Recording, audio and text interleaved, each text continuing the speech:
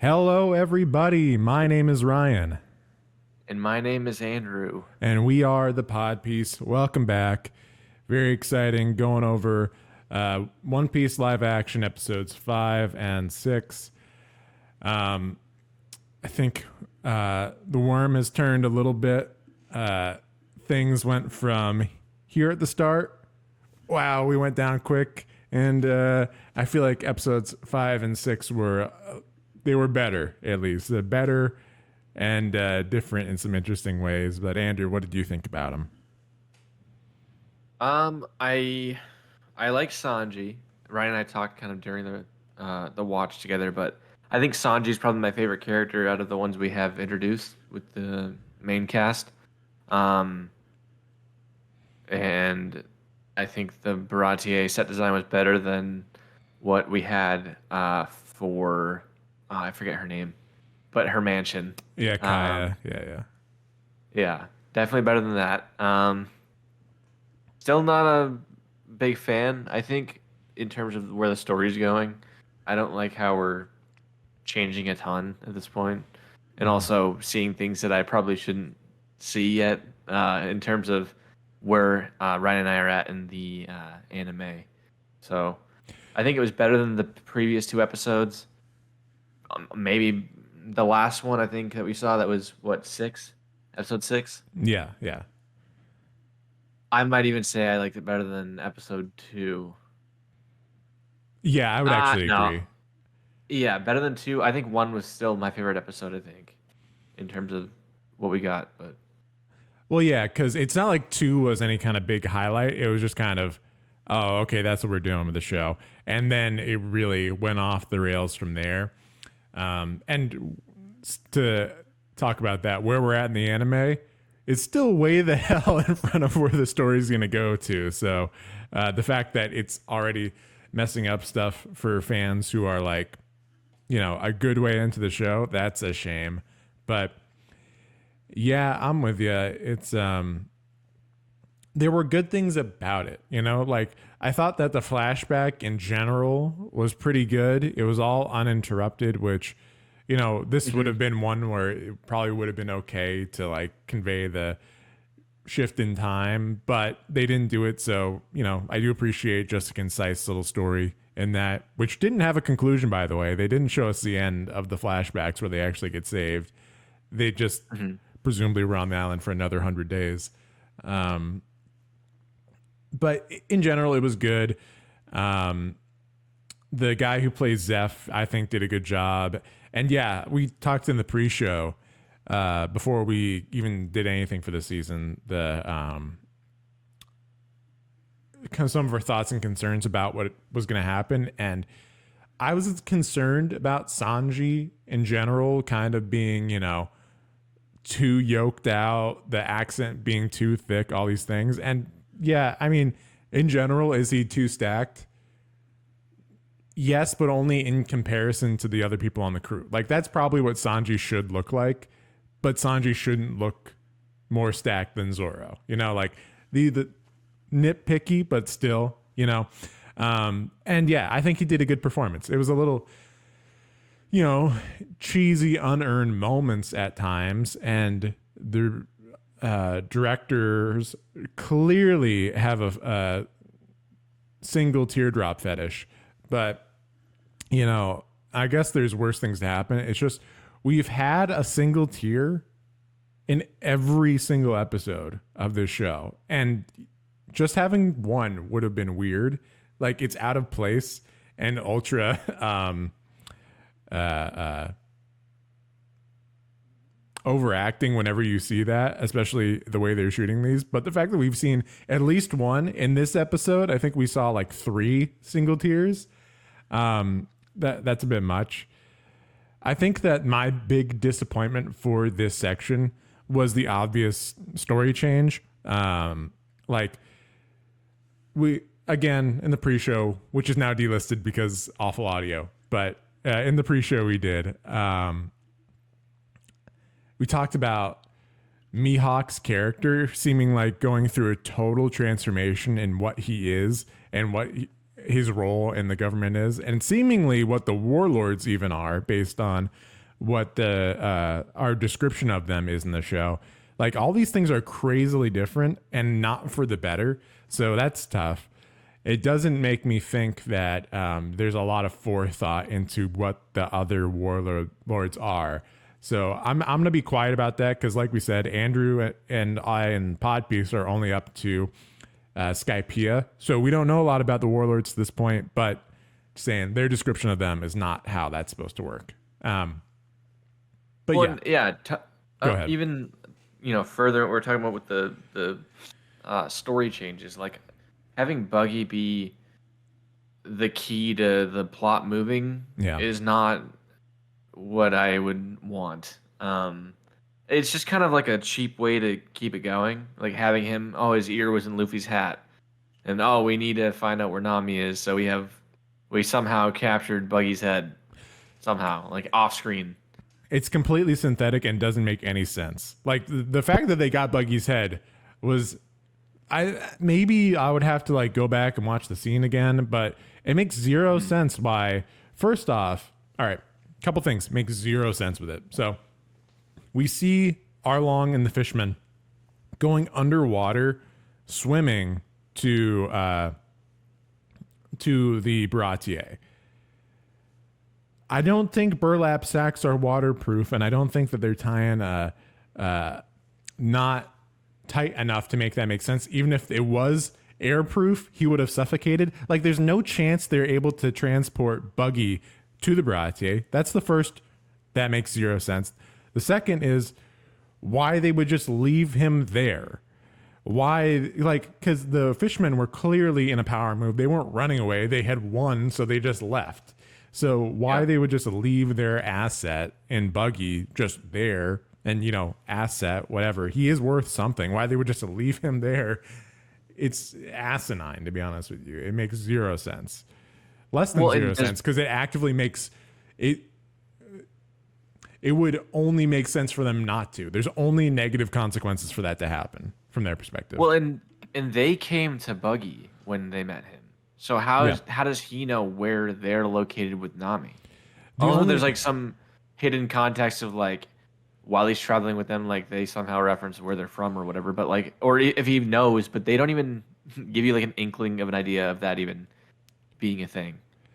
The only quote unquote hidden context here that I can think is, well, they kind of make it seem like Arlong is like the overboss of this East Blue mafia type thing that they're trying to set up. So maybe Buggy would have had earlier interactions with him, so they would know where not Orangetown, where the Kokoyashi village is and Arlong Park is. Like, maybe, but that's a lot of reading in between the lines that's not strictly alluded to, So yeah, it's the only thing I can think.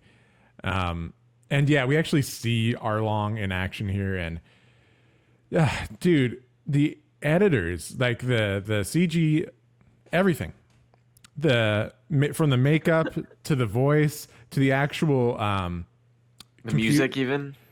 Honestly, yeah, we can talk about the music too, but the effects of trying to make Arlong seem bigger than life are all executed awfully. Like his very introduction of him blasting out of the water looks like it's straight out of Spy Kids 1. Like, it's an awful special effect. Like something that I could do in 5 seconds in Premiere. And I'm awful at this, as anyone who watches the pod can tell. Like, I'm not good at this editing thing. And these are easy, awful effects. The makeup is distractingly awful. This doesn't look like an alien fish man. It looks like dude at his high school play. Like, it's not good. And his fishman buddy there, what's his name? Kurobi, and the other one who they've decided to make a little bit more promiscuous, I guess, a little bit more metrosexual for some reason. Yeah, no, nothing comes off good, but Arlong is the highlight of awful as far as design goes. But yeah, as far as music, this show has been elevator music, like utterly generic, nothing excellent, but somewhat distracting at times in these couple episodes where we're making the every moment have its own theme, but none of them are distinguishable and none of them are able to They don't live tie in into the each other moment. at all. No, it's just all right. Track 1. Oh shit, we're moving. Track 2. All right. Track 7. It's not well put together.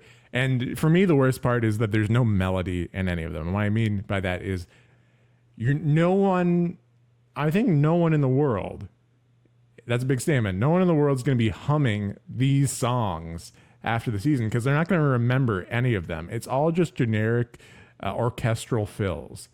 And it serves as to just have something playing in the background, but especially where everything in the anime is like a memorable musical moment, it's tough. Like most fans could remember, even if they won't know off the top of their head, they can identify all these different musical moments, especially like the actual themes. And the only moments from this that you remember are the callbacks to stuff that happens in the anime.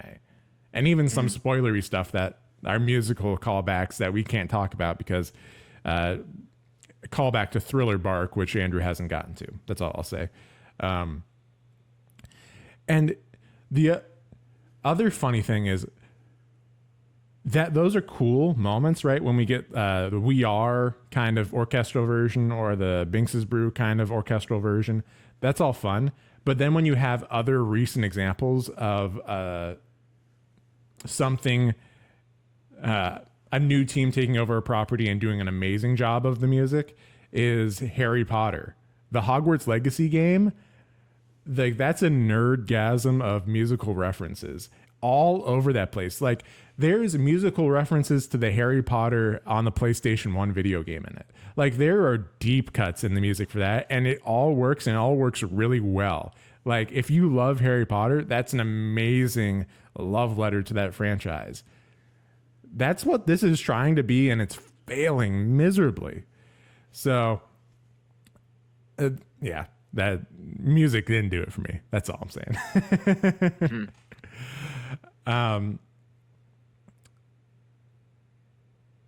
Yeah, I don't think that these episodes necessitate all that much conversation, but I would say that it is definitely a bummer that a highlight of the East Blue is relegated to a 2-minute reference. The introduction to Mihawk is all the Don Krieg will get in this.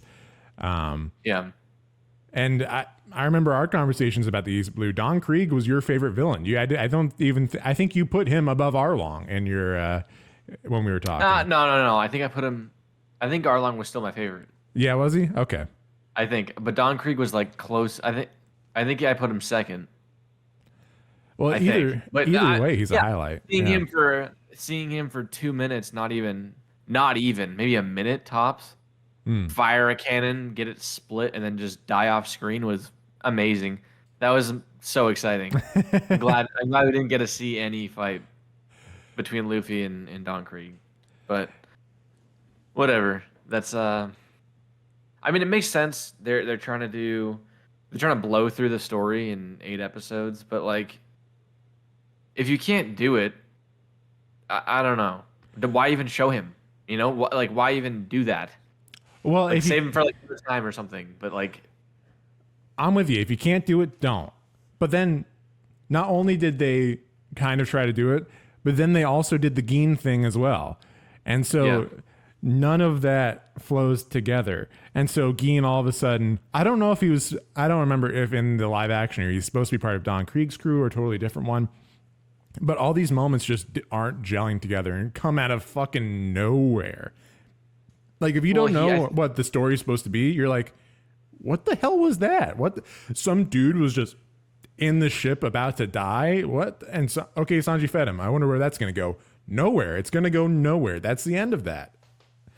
Yeah. So, it's... I thought they had him in marine clothes, but I don't remember... No, it's just a copy of what he was wearing in the anime. Yeah. Okay. Yeah. And Mihawk, he didn't do it for me personally. I think that the casting he wasn't imposing, you know, which is another issue we've had with a lot of the actors. They don't have the presence that they need. These are larger than life figures, and just talking slowly doesn't make you imposing. It's kind of like the issue we've been talking about with Zoro and Luffy, which is they know what they're supposed to be from the acting standpoint. They know what they're supposed to be, but they're not that naturally. So when you're supposed to be a powerful stoic figure like Zoro and you're not that naturally and you're just pretending, it does come off in this case as just kind of being impudent and mousy. Like that's most of what Zoro genuinely is coming across as when you're supposed to be very aloof and willful, like Luffy is in the anime and manga, and you're not that normally. You come across as condescending and willfully ignorant, which Luffy never is. He's always trying. He's just an idiot. So when you clearly have a character in the live action here who's capable of all this thought and emotion, but just not doing it, he kind of seemed like a douche, which not really what you want. And I would actually disagree. I think that the set here was kind of bad. I think it's definitely a step up from Alice in Wonderland, but Yeah. for whatever reason, the crew who's in charge of sets had a massive hard-on for the gaudy. Like, these are the most gaudy sets I've ever seen. Like, there's literally the roof of St. Peter's Basilica in the Baratier. Like, I don't understand why they had to make the Baratier a Victorian, again, a Victorian, much like the Kaya's mansion, Victorian, overblown Versailles. It seems kind of insane to me. What sets have we seen? We've seen the Baratier, Kaya's mansion, Buggies, we didn't really circus, and also the village. like what the broken down like one For scene half from a the village, second, yeah. Yeah. What was before Buggy, the circus? Like we've seen the Going Merry. Alvida's ship, which, you know, just another generic ship, like a million we've seen. Luffy's home village, Fuchsia Village. We got to see that a little bit, although that's totally, again, all these things are just totally different from what they're supposed to be. I think in terms of like although it's different, like you said, it's very gaudy. I think in terms of like the different perspectives of the set, I like the Baratier the best because you had the scene where we're at the bar, you had the main dining hall scene, you had the room where they're in when Zoro's hurt, and then you have the entire kitchen. So it's like it feels like we're moving along. And I think the other sets are just like stationary almost completely. And especially the mansion. That was my least favorite, I think, of even the outside of the mansion of Syrup Village. Like I'd rather see those 30 seconds than see the entire time we were inside the mansion. Like, it is interesting, the economy of what they're doing. So it seemed, you know, like the kids who've never really done anything before were given all the money in the world to do something. And so talking about the outside of Kaya's mansion, that's straight up like a 30-second scene that looks like they put tens of thousands of dollars into. Like, it's the most insane garden that you've seen since Friar Park. It's an absolute insane spectacle of a garden. And they just walk through it, and once they get to the other end, you never see it again. It's not a good economy when the rest of your 2 episodes there are spent inside of what, 5 rooms? Like the foyer, the Kaya's room, a hallway, and it's the same hallway every time. The kitchen, and then the secret room that Kaya's hiding in. Like, that's about all we fucking get in in Syrup Village. And also a shipyard. We get a shipyard, but like a shipyard. And that was 2 episodes though. Across that was 2 like episodes. A full 2 episodes. 2 episodes. That's all you get. And again, the economy, there's no need for that shipyard. Those are scenes we don't need, because even in the anime, which is going into way more depth than the show, even in the manga, which goes into more depth than the show, that's all off-screen stuff. They're given a ship. Okay, they get on the ship. Oh, it's the Going Merry. Cool. We don't need to go ship shopping at the shipyard, because that's not an important part of the story. Again, speaking to economy, another economy is the economy of time. We got 8 episodes, and we're spending multiple minutes on the A story, which is important, on things that do not matter at all. And then we have the entire B story, which still we're getting in episodes 5 and 6 here with Kobe and Helmeppo and Garp, which were just like,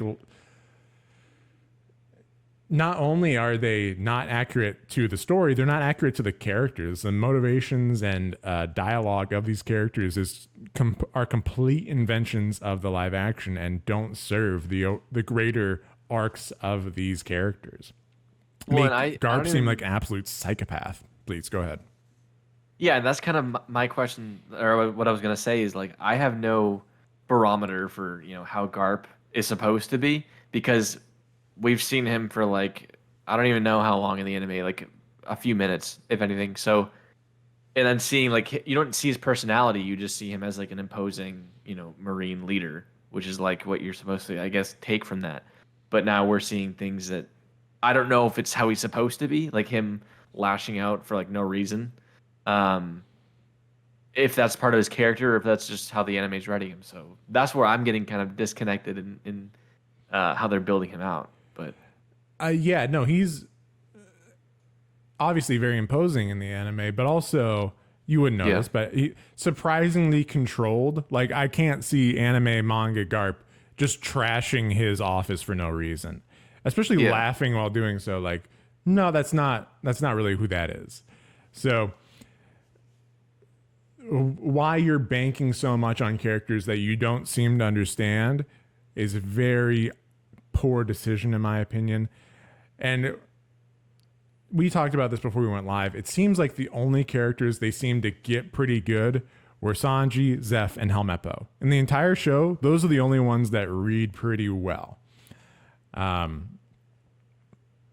yeah, and that's not even to say they're actors, like the actors playing, the characters that were made, like doing what you'd expect from the character, and like or staying in line with the characters, ideals and how they perform, in certain difficult situations, or even how they interact with people. Like, I don't think that's even like a tall order to have. Is just have your character be who they're supposed to be in the original context, or written, form, or whatever. It's duplicating. Like, I don't think that's a shock that, like, we're enjoying the characters that stay the most true to form.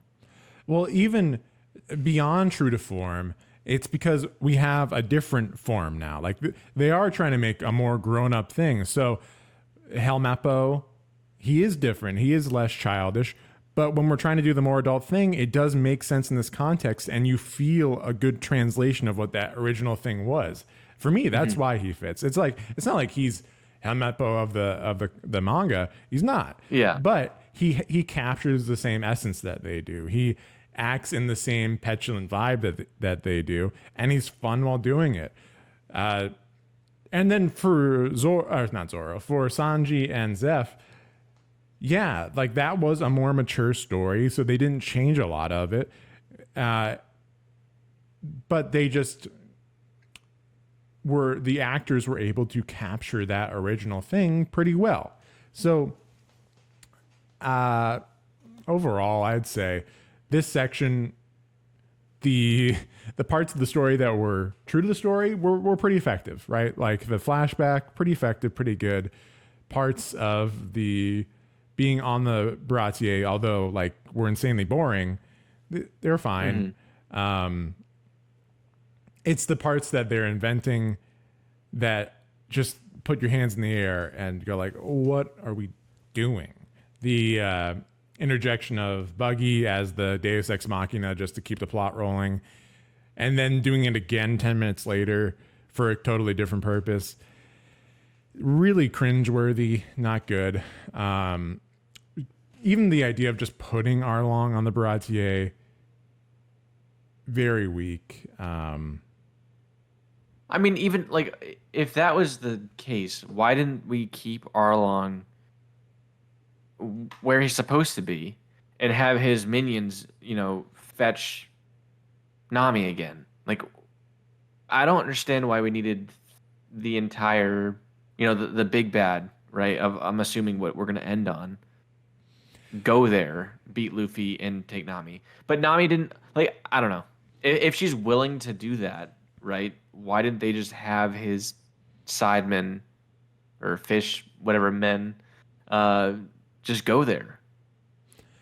I think that the logic, the internal logic, which is flawed because the entire conceit is flawed, is that, well, they're going to have Luffy fight the Fishman. Well, Luffy would probably beat the lower rank Fishman.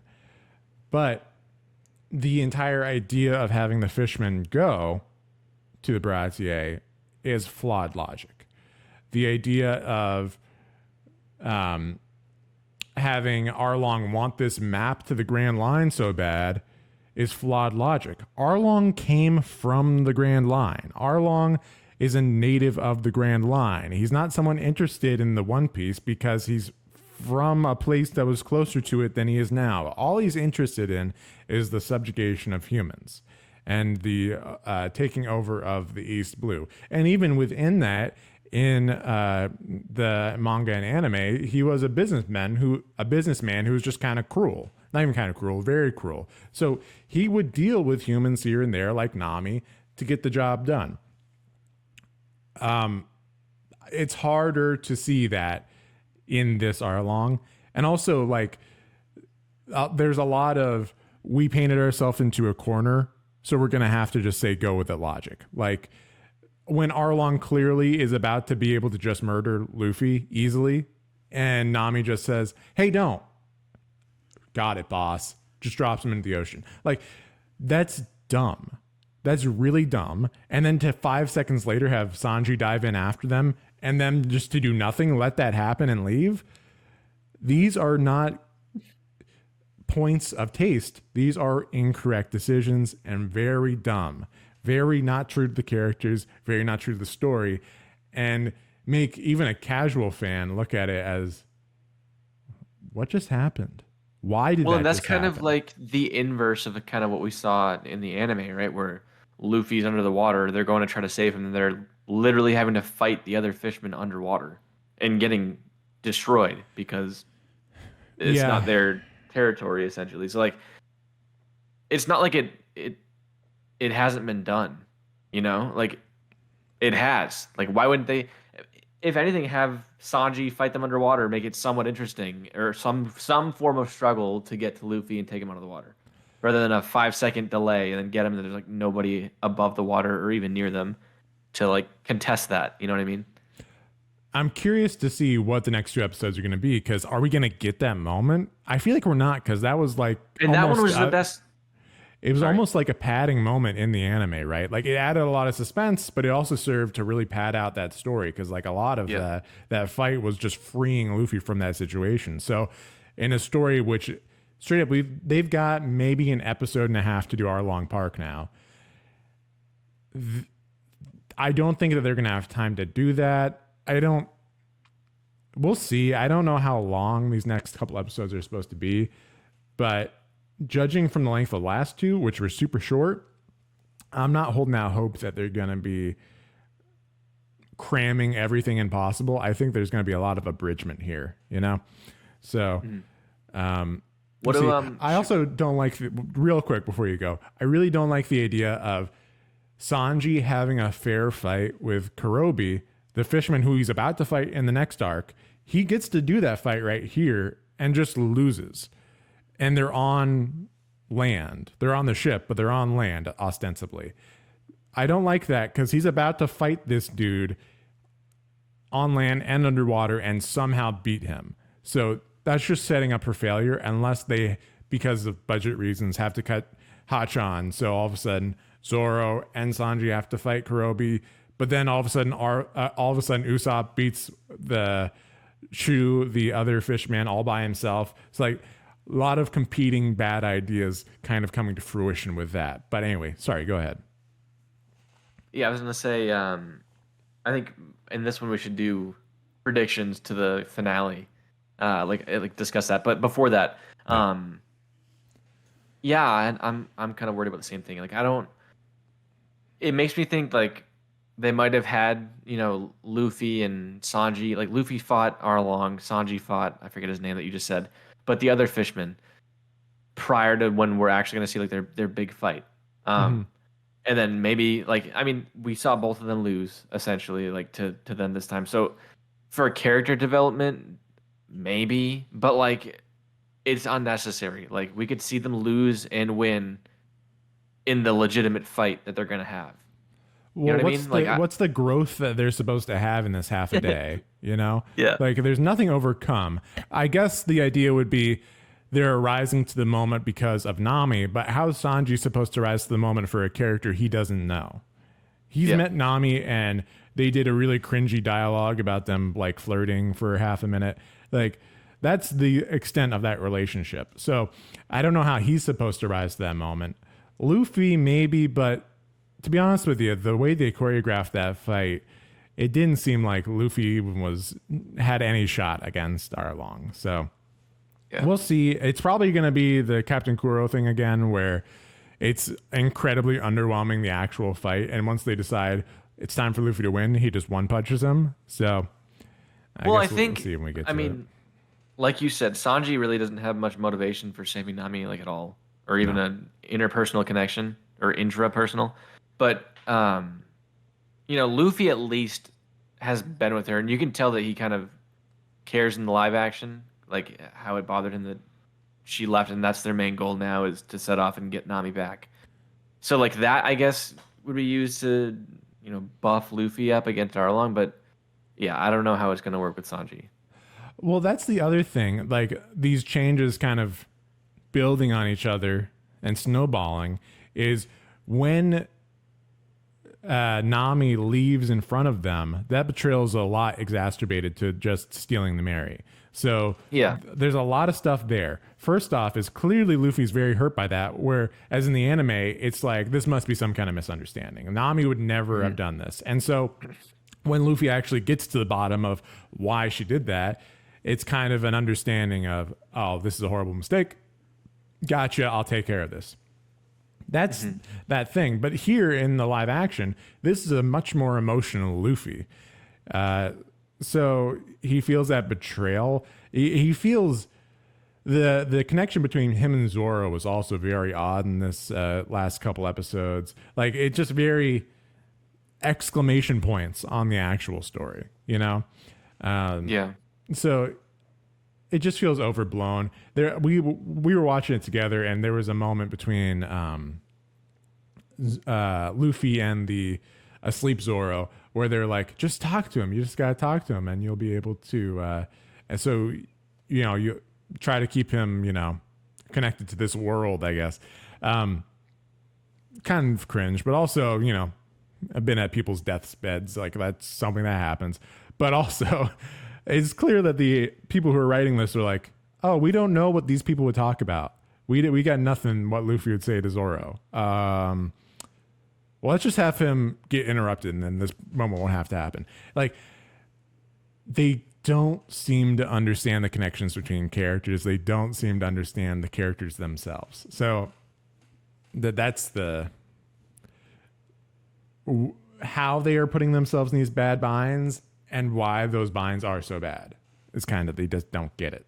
So that's Well, and yeah. Go ahead. I think like I've said in the past for a recording is like maybe that'll change once if a season 2 is greenlit or whatnot. Like the characters will be more comfortable, or the actors will be more comfortable playing the characters and like knowing how they interact with one another. In terms of like what they would do in those kind of situations.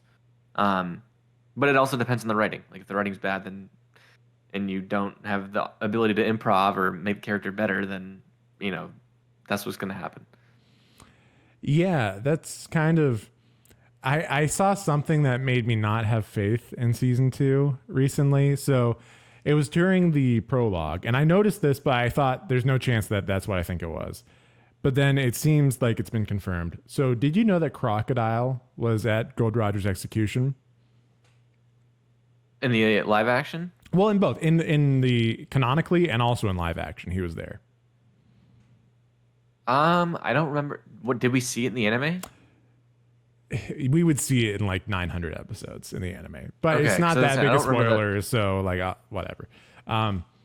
We do see that in live action, and I think that they're not going to get better because the person they cast for Zoro, or not Zoro, for Crocodile, is a woman, and B, how do I say this delicately?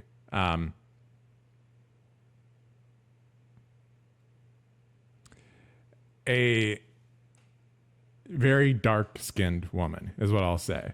So the two concerns I have there is obviously Crocodile's not a woman. That's a very significant change. Secondly, yeah, Crocodile's skin was a darker shade in the anime, but it wasn't black. The skin color, and there were black characters, which obviously, given the casting decisions, they will be black in the live action here. That's not a problem, of course.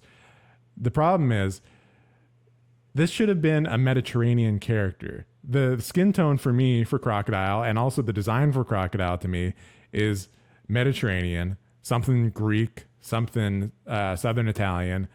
That's the vibe of Crocodile, something very Cleopatra, if you will. Someone who's not supposed to be in this, more Egyptian world, but an invader to it, right? Because Cleopatra wasn't an African woman. She wasn't even an Egyptian woman. She was of the not Ptolemaic. I don't remember Egyptian history. She was of Greek heritage, and that's kind of the vibe of outsiders coming in to invade the this Egyptian Saudi kingdom. That's the vibe of Alabasta. So it seems to me that they're not going to get better. But I guess we can leave it at that. Predictions for the next episode. You're like, I have no idea. No, I got ideas. I think it's going to end, and I'm going to be happy. So we have to have some kind of more from the Marines, right? Well, how does that form? I don't know. I don't know if we're going to get more in terms of them interjecting into Arlong Park or just after Arlong Park, right? Because I don't think we're going to have time for the Marine corruption plot line of Arlong Park with Captain Nezumi, like the mousy dude who is like, I mean, but that's really in line with the morality of this show being very corruption focused. So probably they'll throw it in there. It's gonna be a GARP phone call to him and say, "Hey, how's the money laundering going?" Could be. I think that would be a huge destruction of character for GARP, but that could be. So I think that the More Arlong Usopp fight itself is going to be surprisingly short. I think that it's going to be over. Oh, wow. It's probably going to be in the first quarter of the episode 8 is when it's actually going to end. Then we're going to have a party, and then we're going to have an epilogue where they actually go to the Grand Line. Because just looking at like the economy of the time here, I don't know how much time we got for everything. And obviously we're going to have Nami flashback in here. So things are getting truncated. We got a lot to throw in and not very long episodes to do it. But yeah, what are you thinking? I think just basing on the anime, but also what we haven't seen from the live action more. I think we need more Usopp in this next episode. Like I said, we see it in the anime where he has his own kind of time to shine, but we really haven't seen Usopp do much in the anime, or sorry, the live action. Like we meet him, and we get the Kaya and him having that storyline, but he hasn't really added much to like the fight scenes. Like even I mean, that's how he's supposed to be, in terms of like being kind of wimpy and later on kind of gain confidence. But we definitely need more Usopp for him to feel like a member of the team right now. Well, that's the trade-off, And right? Like that's the trouble of the Usopp character to begin with is, oh, why is Usopp memorable? Because he's kind of a pain in the ass. So when you're trying to make the character not a pain in the ass, all of a sudden he becomes this really bland, boring character that you don't care about. So the moments that we get of him in the Baratie here, he make him kind of seem like a crazy person. Like he's doing the Captain Usopp storytelling thing, but he's literally just talking quietly to himself. Like it comes off somewhat schizophrenic. So I hope he does. I assume he will get his own fight against Chu there, but then I don't get where Zoro fits into this next fight. We've seen the trailers. He's gonna be fighting in Arlong Park. I don't really see how that fits in because I don't think that they're gonna do Hachi, the Octopus Man, because I'm assuming it was too expensive. Like 8 arms to animate, like that was probably too much for them because clearly they couldn't like do cannons in this. Like explosion effects look awful. So 8 arm dude, like that's gonna be impossible for him. And I liked Hachi a lot from the anime. I think that was one of the highlights of Arlong Park is that portion of the fight. So I hope we see it. I don't know. I hope so too. I don't have faith in it, but I hope so. But yeah, I think that's all we got. We're gonna bust out, do the next couple episodes here, and wrap it all up. Do you have anything else you want to talk about before we head out, Andrew? No, like I said in the last one, we're gonna power through these last 2 and give our thoughts as well. So the big finale will be the next one. Woo woo! All right. Well, we'll see you guys all next time on the Pod Piece.